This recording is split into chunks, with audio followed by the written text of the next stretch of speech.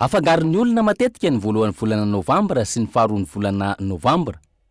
Fahatsiarovana ireo olo-masina ny voalohan'ny volana novambra, fa tsy androny maty tahaka ny fandraisan'ny be sy ny maro azy.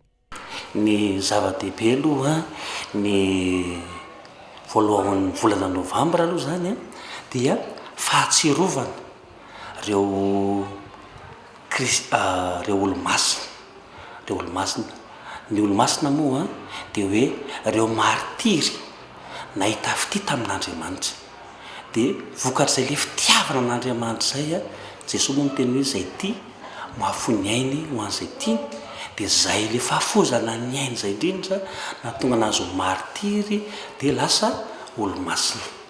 Ka no zay le mahalasa olo-masina zay indrindra no ankalaza ny fiangonana amin'ny maha 1er novambra azy hoe ankalaza ny fiangonana hoe anisany anatin'ny finoan'ny fikam-pinoana moa zany hoe zao min'ny fiombonan'ny olo-masina.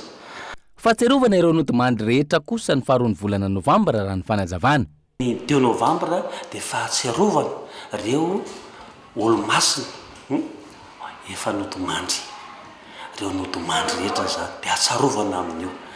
Zay moa ny anisany anankiray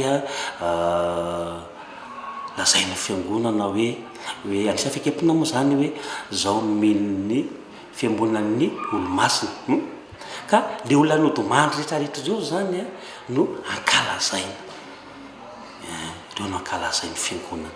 Dia zay mahasamy hafa anazy. Dikan'izany isika le mbola velona no mankalaza an'izay fiambonan'ny olo-masina zay satria tsika olombelona le mbola velona no miady anana zay fahamasina an'izay tahaka an'ireo olo-masina ireo. Andro tsy fiasana fandraisan-karama ny voalohan'ny volana novambra. Andro voadidy ho amasinina kosa ho an'ny kristianina katolika. Nahitana fotoam-pivavahana avokoa ny fiangonana kristianina katolika rehetra manerana izao tontolo izao tamin'ity androany ity.